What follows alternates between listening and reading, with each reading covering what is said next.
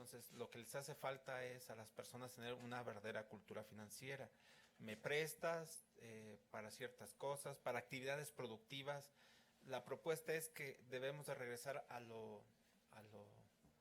origen de las microfinanzas, a la solidaridad, de que sí te presto recursos financieros, pero también que vaya acompañado de actividades no financieras, por ejemplo, la cultura del buen comer.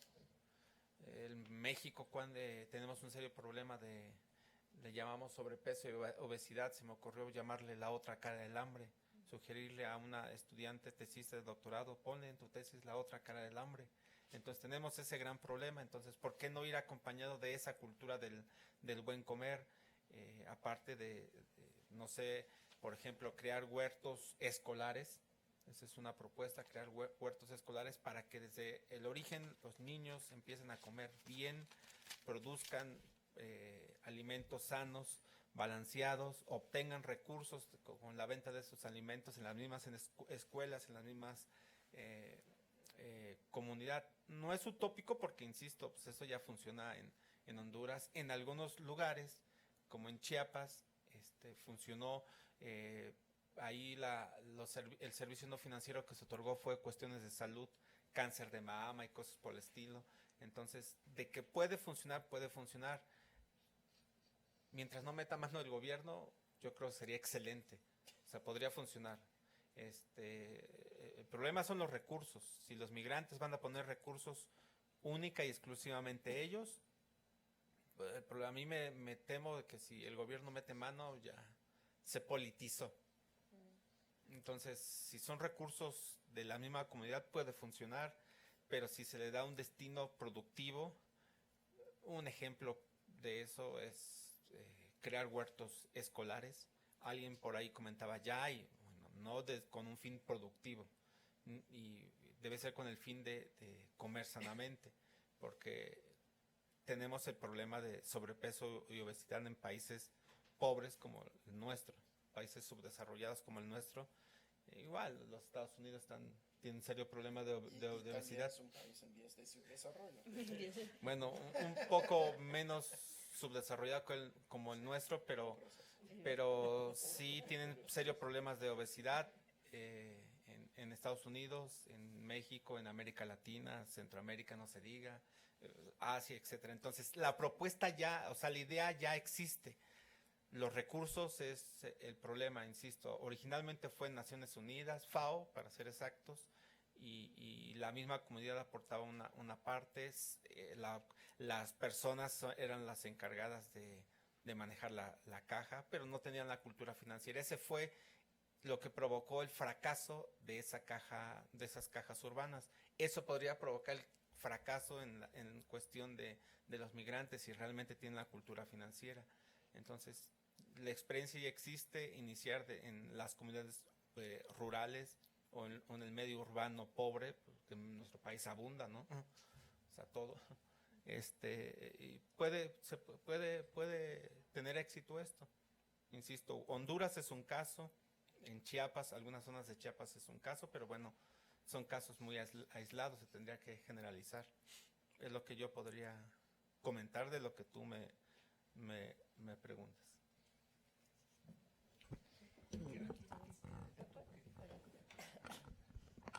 Bueno, brevemente, digo, qué cosas. Uno tiene el complejo del tiempo. Empiezo por el orden, si no me equivoco. Ahí primero, no cabe ninguna duda que entre las grandes privatizaciones que se han hecho estas últimas décadas, además de empresas energéticas y de otro tipo, se ha privatizado el Estado. En nombre, desde el Estado es que se han privatizado las grandes empresas públicas, pero empezando por privatizar el propio Estado. Esto es, que al frente de los gobiernos de los estados han estado, y están en muchos casos, sujetos al servicio de lo privado y no de lo público. Entonces, estratégicamente, en lugar de ubicar en la mira las privatizaciones de las grandes empresas, hay que empezar por poner en primera línea a la privatización del Estado. Hay que reestatizar el Estado. Punto que a mí me parece bien importante. Y aprovecho y meto una notita a pie de página, ya que es una deformación profesional. Yo creo que es importante no identificar lo público solo con el Estado. El Estado es parte del sector público y de gran importancia, de gran relevancia. Yo diría, una de las grandes creaciones del ser humano ha sido los Estados, con todas sus virtudes, con todos sus defectos, con todas sus limitaciones. Pero me cuesta pensar que haya una construcción del ser humano que intentara abarcar más todo que el Estado. Que ya los Estados se degeneraran, eso es otra historia. Pero no matemos al Estado, sino ataquemos sus enfermedades, porque si lo matamos se nos acabó. Punto uno. Punto dos, lo público puede ser y es también esferas públicas no estatales. Las sociedades civiles forman parte de lo público, entre otras actividades, y bienvenidas las formas asociativas. Esto tiene que ver con, no lo miro al doctor Soto, pero tiene que ver también con las microfinanzas. Ese es un tema que me parece importante debatirlo, vinculado a las microfinanzas, como espacios públicos, que no privados, privados individuales también diferenciarlo. Yo estoy hablando aquí del caso de lo individual, pero en forma asociativa, y que forma parte de espacios públicos. Hay todo un debate de hace más de 100 años, donde entre otras figuras conocidas está una señora que se llama digo porque existe a efectos de su producción, Rosa Luxemburgo. Por ahí tenemos toda una beta para hacer un seminario, otro seminario más al respecto. Pero no sigo por ahí porque me van aquí la presidenta me va a impedir que a menos sector público, podría ser una hipótesis, más conflictos, sin ninguna duda. Hoy salió en esta misma mesa, pero no antes que yo subiera, mérito de ellos, toda la cuestión que tiene que ver con las ONGs. Es otro temazo, digamos. Las ONGs, pues ahí tenemos toda otra línea de trabajo. No entro porque si me sumerjo me va a costar salir. Ahí hay todo otro espacio, que es una demostración de la debilidad del Estado, de la respuesta desde la sociedad civil con recursos públicos estatales y con recursos públicos privados digo, de individuos solidarios con o integrantes con su cuota de esa ONG, etcétera, etcétera. Pero también está la contracara de muchas de esas ONGs. Algunas se convirtieron en verdaderas transnacionales. Otras fueron instrumentos, o lo siguen siendo, de políticas nefastas.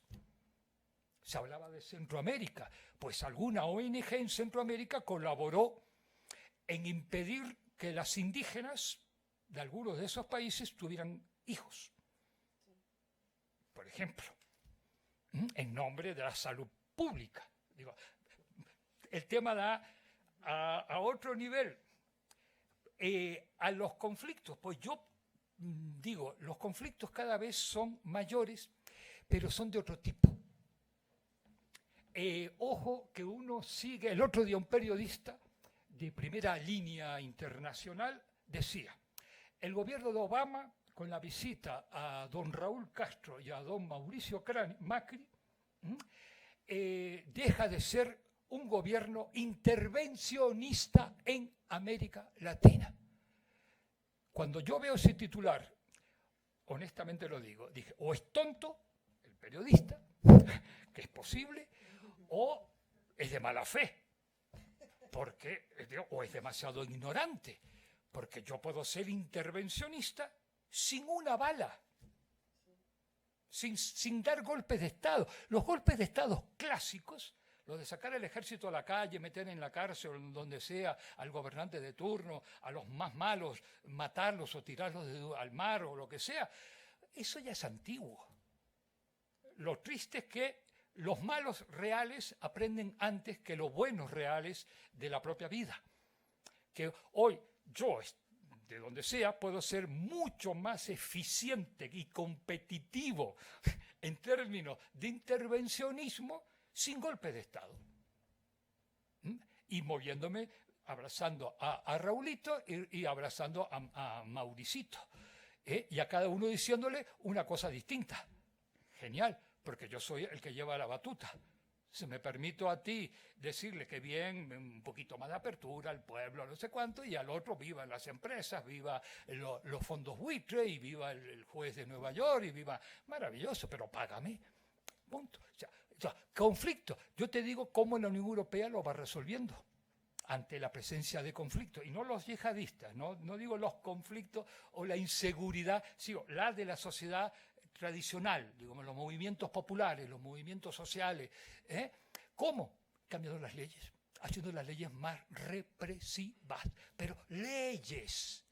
Ojo, en un reino llamado España, si yo anoto con mala cara el nombre que el policía en una manifestación, que por ley debe llevar su nombre y su número, pero si yo lo anoto y le pongo mala cara, él puede, en nombre de la ley, llevarme preso porque mi mirada es agresiva a la gente del orden. Esto tiene poquitos meses, 3, 4 meses, el gobierno democrático del señor Mariano Rajoy. ¿Esto se le ocurrió al señor Mariano Rajoy? No, porque eso mismo lo aplican en Italia, etcétera, etcétera, etcétera, y en otros países del mundo no europeos, dicho así, políticamente correcto. Digamos, entonces, por ahí, pero es la ley. Yo ya no tengo por qué sacar a la calle tropas. Por favor, eso es antiguo. Dios, hoy se es más eficiente realmente a través de esos mecanismos. Entonces, va por ahí, a través de leyes, etc. O sea, hay que estar muy atento a los cambios legales, que a veces desde otros ámbitos se olvida. Lo legal vale para convalidar leyes económicas, digamos, políticas económicas, pero también para reprimir cosas que tienen que ver con lo económico, naturalmente. Por ahí, digamos. Y no entro, digo, no entro, alguien quien lo planteó, sí,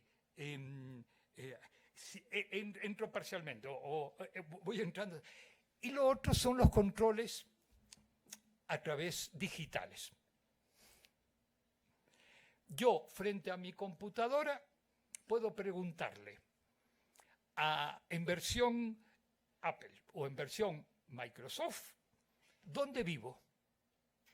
Y se llame como se llame el personaje femenino que contesta, te va a decir, tú vives en tal lugar.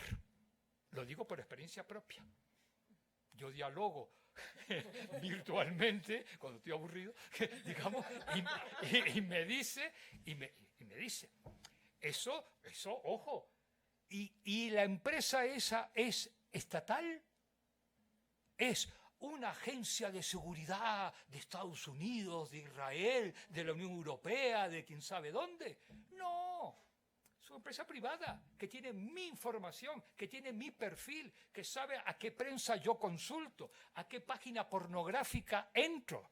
De entrar, digo, todo eso no lo sabe la CIA de mí, lo sabe una empresa privada, o 2 o 3, es así.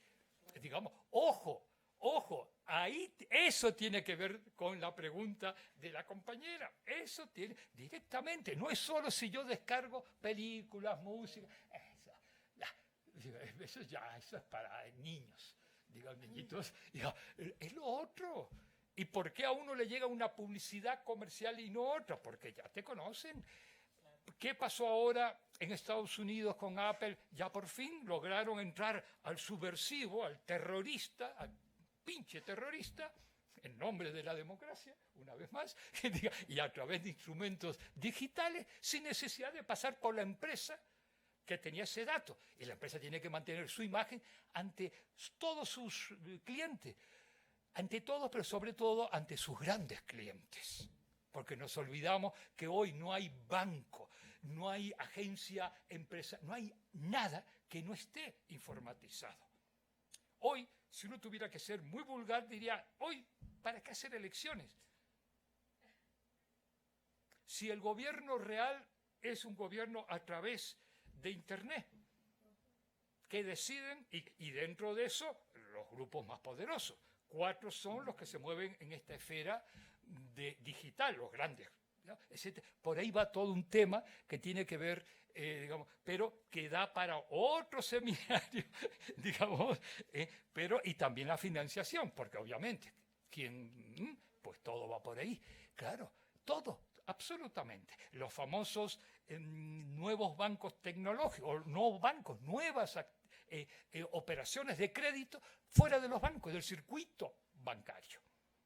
Ojo, y eso ya en 5 años, cuando nos volvamos a encontrar aquí 5 años más jóvenes, seguramente ya no tendríamos que hablar de estos listados de bancos antiguos, o estos bancos se reconvirtieron, o ya fueron pisoteados por otros actores empresariales. Por ahí todo otro tema, y todo tiene que ver. Lo más divertido, triste, tiene que ver. En cuanto ya se fue el compañero, por suerte Marcia, la doctora Solorza, perdón, yo soy de tutear y tratar por nombre, ¿verdad? Aquí estamos en familia, eso de doctor para aquí, doctor para allá. Además, ninguno es médico, nos vamos a curar. Ya, ¿verdad que sí? Ya se fue el compañero que hoy se había protestado, se fue contento con la respuesta, así que nada, que es lo importante que la gente quede contenta, ¿verdad? Que en este mercado académico, no financiarizado, perdón, que para que no digan que... Mónica, dice, la disputa hegemónica, a mí me divierte, como uno es muy joven, pero lleva varias décadas viviendo en este planeta, eso le da, y uno ha leído mucho, eso ¿a qué lleva? A que hace ya siglos que el declive del imperio americano a mí ya me aburre, porque es el Apocalipsis Now, desde antes de hacer la película incluso, ya había Apocalipsis Now. Y además, los declives históricos, además, ¿para qué sirve la historia? Digamos, para enseñarnos algo. Yo diría, si no contextualizamos lo financiero, lo digital, los microcréditos, pues, ¿y eso qué implica contextualizar la historia? ¿Qué imperio cayó de un día para otro? Pues imperiticitos, digamos, pero imperios serios, digamos, imperios de envergadura. Portugal fue un proceso. Lo que pasa es que tuvo la monarquía, la élite portuguesa es la única que yo conozco en el mundo, que yo conozco, digo, uno es ignorante, por lo tanto, la única que dejó la metrópolis y fue la periferia. Ojo, y por eso el único país respetable de América Latina que no tiene héroes de la independencia es Brasil. Porque la casa de Braganza se trasladó a Río, ¿cómo se iba a ir a Sao Paulo, lugares de estos? A lugares más agradables, ¿verdad? No, menos contaminados, ¿verdad? No había... No había, exactamente. Ahí... En provocación y en desagravio de Portugal, también España. Pero, fue imperio en el siglo XVI. Sí. Sí, ¿a dónde está? No, pero era en función de que como la corona española, los Borbones, o los Austrias, que son las dinastías españolas, que una es centroeuropeo y la otra es francesa, ninguna de las dos es española. Ojo, que seamos serios para también, pero ninguno ni los centroeuropeos ni los franceses a través del Reino de España se trasladaron a América Latina. El primer rey que vino fue un francés, nacido en Italia, llamado Juan Carlos, de Borbón. un italiano casado con una griega y los dos han sido reyes de España.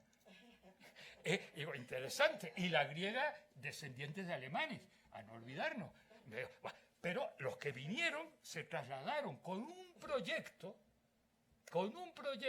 fueron los portugueses. Y por eso Brasil nace como un imperio. Pero un imperio en el sentido europeo, no en el sentido... pero ese es otro tema para un curso de América Latina, pero que es interesantísimo, digo, aquí... yo no me acuerdo dónde estaba.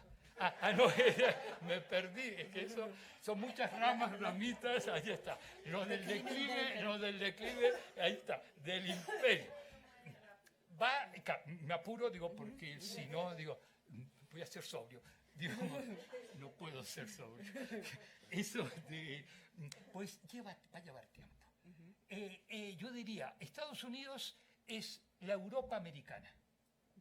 ¿Por qué? Porque a la mayoría de la población que vivía allí, los metieron pasaron a peor vida. ¿No es cierto? Y quienes vienen gobernando desde hace ya muchos años, todos sus héroes, son europeos, por más que hayan nacido en territorio americano.